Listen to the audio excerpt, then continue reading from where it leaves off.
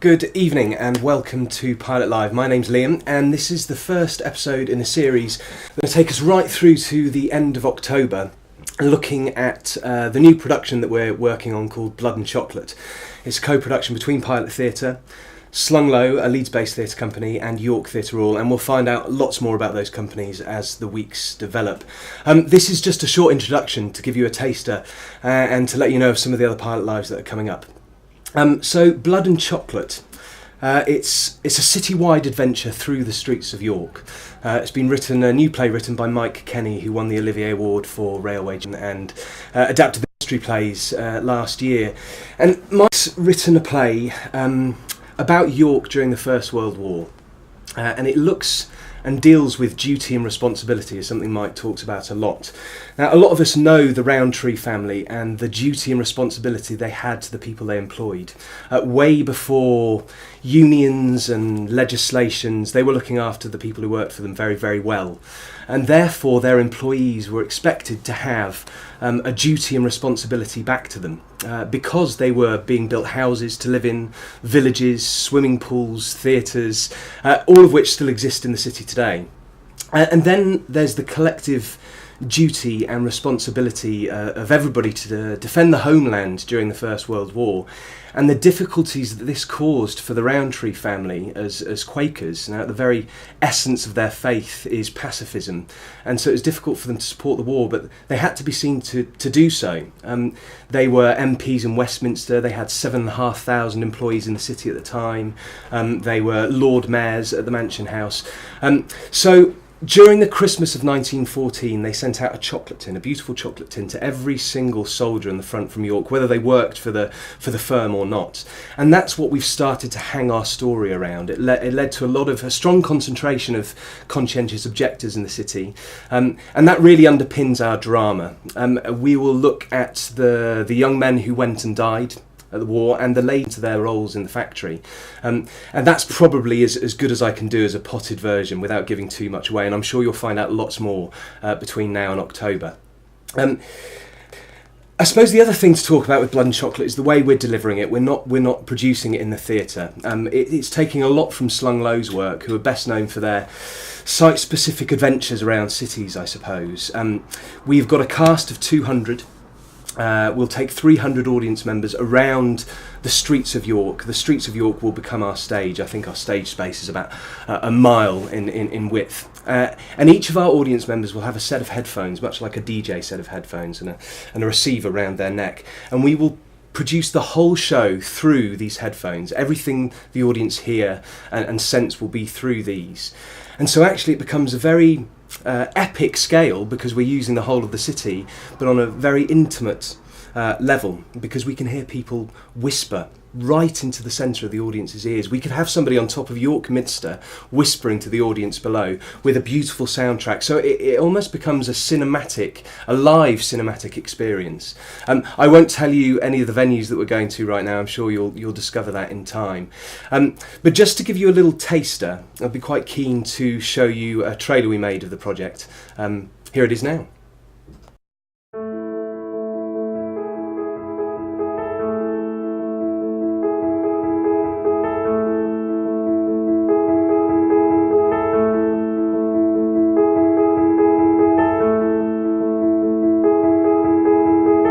I've not got long. My mum will kill me. I'm going to miss you, George. Come back. I'll do my best. In one piece. I'll be home by Christmas.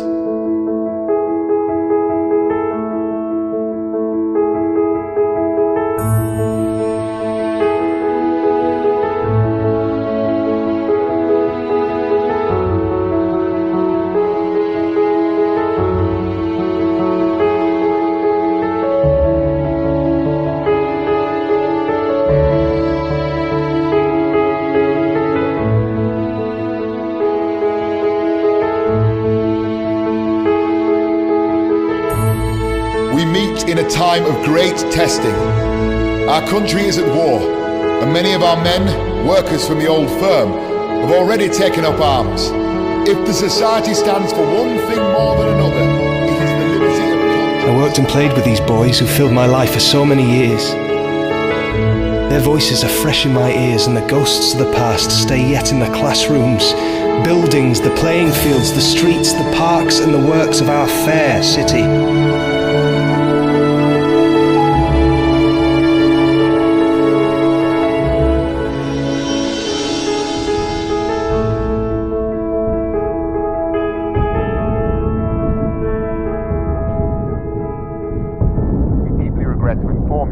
Officer George Cook of the Yorkshire Regiment was killed in action on 26th of April. Lord Kitchener expresses his sympathy. Secretary War Officer.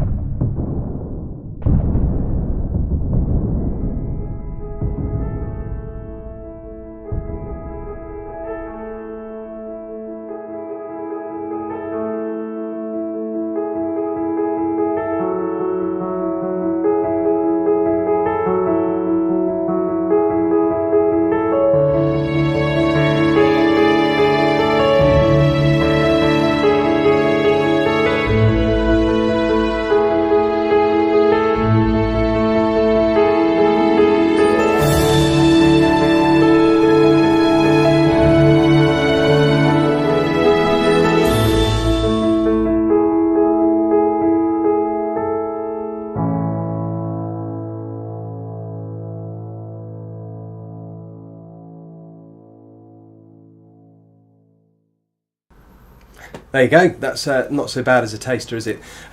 We don't really know what the project is yet. We're getting there, and the idea with this kind of Pilot Live series is to share how we're getting on, how we're kind of stumbling through the process of making such an epic project. So if you've got any questions during any of the episodes that we're making, you can just send a tweet with a question and use hashtag Pilot Live, and we shall try and give you the answer.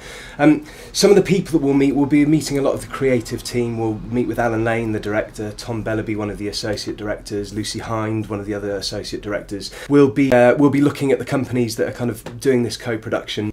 We'll start looking at some of the people involved in the community. We've got a community cast of 200. We've got people making costumes, photography groups.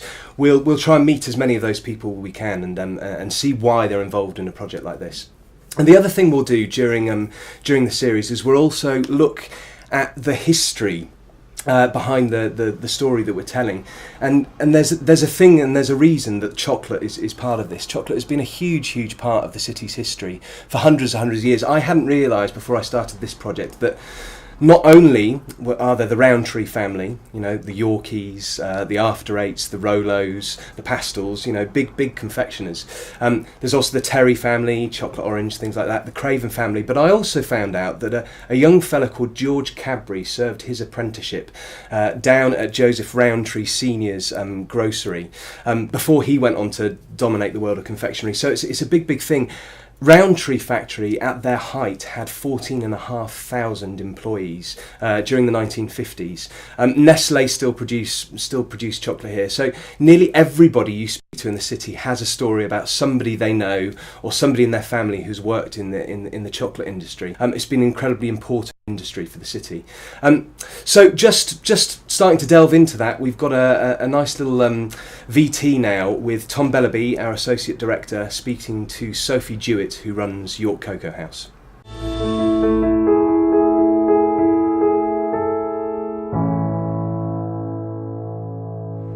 Hello, you join us in a space here which we're very lucky to be in. This is the state room at the Mansion House in York, and the Mansion House is the place of residence for the Lord Mayor for their time in office. This room has seen many kind of great occasions, really. It's one of the official spaces in the kind of York City Council. And today we're going to be speaking to Sophie Jewett, who's the owner of York Cocoa House and our chocolate specialist on the Blood and Chocolate project. And we're going to be learning a little bit more about that tin that you may have seen in the trailer. So, Sophie, we actually saw you. You were one of the stars of the video. We saw you in the Cocoa House opening the chocolate box, and then the kind of memories coming out of it. And we did that for a very kind of particular reason. So, can you just give us a bit of the story about what that chocolate box in the video was? So, the chocolate tin that's in the trailer is a chocolate tin that was sent out to every serviceman that was serving for York in the Great War. So it was sent out that Christmas, and it was a gift given by J.B. Morrell, who was the Lord Mayor of York, and the Sheriff of York, Oscar Fred Rowntree. Now, they were both directors of the Rowntree Board at the same time, so they commissioned and got made these chocolate tins that they then sent off to all corners of the world to get to the troops that were serving for the city. So I mean, that's a brilliant notion, isn't it? That you've got these people spread about, across the front, receiving a memento from home. I mean, it's a really special story, and we're actually lucky that we have one of the original tins here that we borrowed from the archives here at the Mansion House, and we actually know who this one belongs to, don't we? Yeah, it's a really important element in terms of those tins that went out. If you imagine they went out in the first element of the Great War, and how many of them might have come back. But this one, yes, it does have, we're very lucky to see, that inside here there is a note with the original packaging, so from the Lord Mayor and Sheriff of York, to say that it's gone to Private L. Peacock. Great, and there's actually this box is in particular even more fascinating because we still have the chocolate in here. So this is what, nearly 100-year-old chocolate that's inside. Yeah, so 99-year-old chocolate. I'm not entirely sure if it's the sort of chocolate you'd be wanting to eat, but you can see, we're very careful here, the chunks, York and Rowntree, quite sort of imprinted on the marker. So Sophie, clearly this guy didn't eat his chocolate. So what was he planning to do with it? So many of them kept their bar of chocolate, especially for special occasions, thinking it, but when they really, really needed it. But what we know about this bar of chocolate is that in actual fact, Private Peacock sent it home to his mother. And back in York? Back in York. So it did the journey to the front and then back to York? Yeah, I mean, this letter is addressed to Hull, so they were waiting to go from the docks, and he was part of the engineers regiment that are off laying the tracks of railway across Europe. So it didn't necessarily get straight to the front.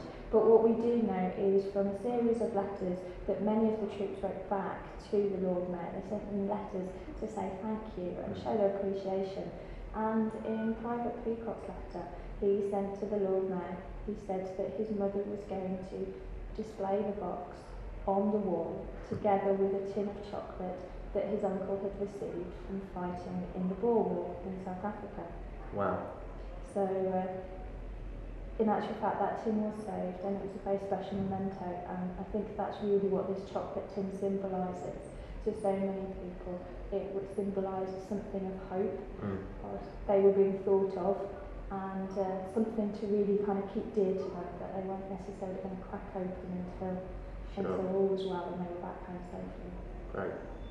So we've changed location. We're now in the council debating chamber. This is obviously where all the council meetings take place, and this will have been where council meetings were taking place during the time and place as well.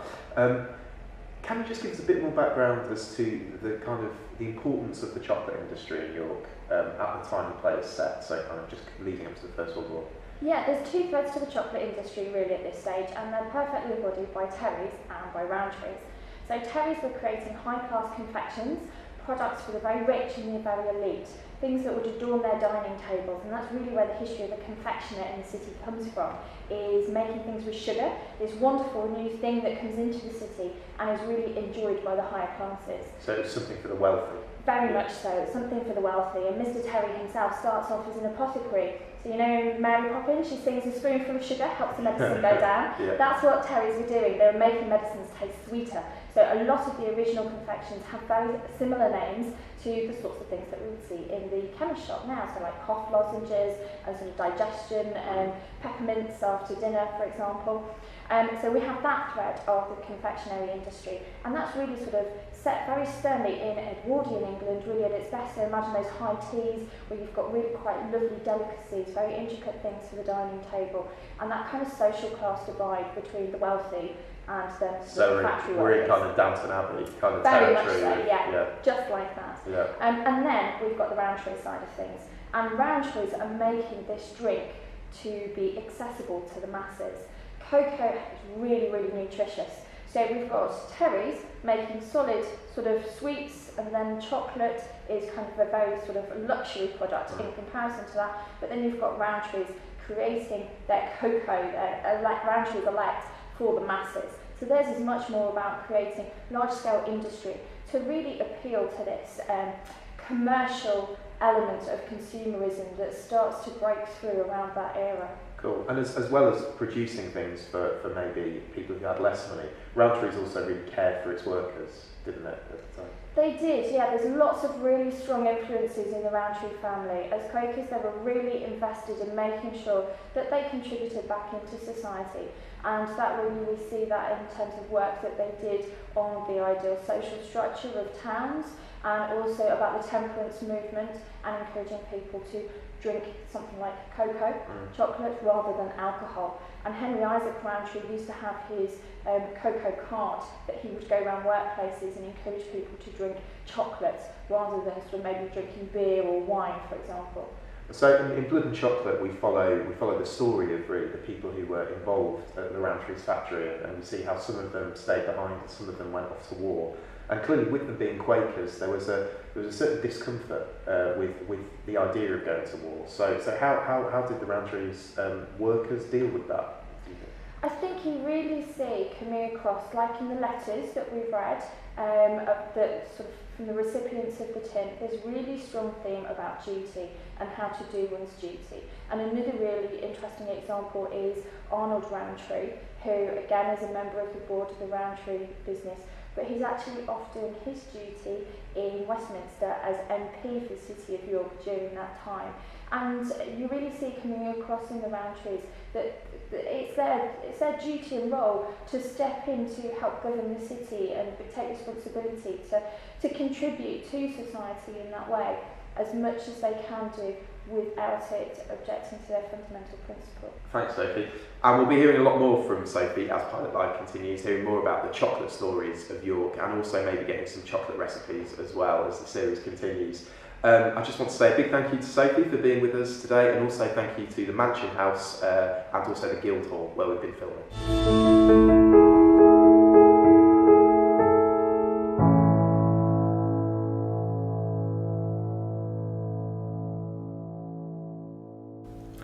There you go, now you know. That's Tom Bellaby doing his best impression of Antiques Roadshow. I hope you enjoyed it. Thank you to Sophie and the Mansion House and the Guildhall for giving us that information. And like I say, we'll be doing lots of little snippets about the chocolate heritage within the city. So that's mostly all from us today.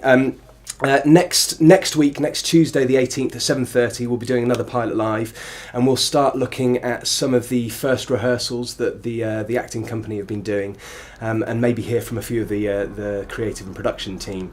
It's worth saying, and I wouldn't be doing my job if I didn't plug it. Tickets are already on sale for Blood and Chocolate at York Theatre Royal, and some performances have sold out. So don't hang about if you like the sound of it. Do book your tickets and come and watch. And alongside the main production, there are lots of satellite projects. There'll be photography exhibitions, all sorts of things. And we're just going to leave you with a trailer for another new play called Clocking in Life in a Chocolate City, which will be appearing at York Cocoa House the week of the 24th of June. Beautiful, all taken from interviews from about 100 different people who've worked in the chocolate factories. So here's the trailer. Book your tickets soon for that as well. Cheers. I started working at Rowntree's when I was 15. Only went there for a couple of weeks. I spent a whole lifetime there. You made quite a lot of friends. After a few years, you just became part of the furniture. I was there all of my working life. When I went to that company, it was quite a shock going into a big place like that and seeing everything that they did. But there was something I noticed that I will never lose as long as I live. It was 12,500 people there then, and it was like one big family. People helped each other and had time for each other. They were the happiest working days of my life. I spared no expense to create this marvellous chocolate. It is beautiful. They're making a play out of my story. And an actor's playing me. I can't believe it. We need to make sure that these memories are not lost.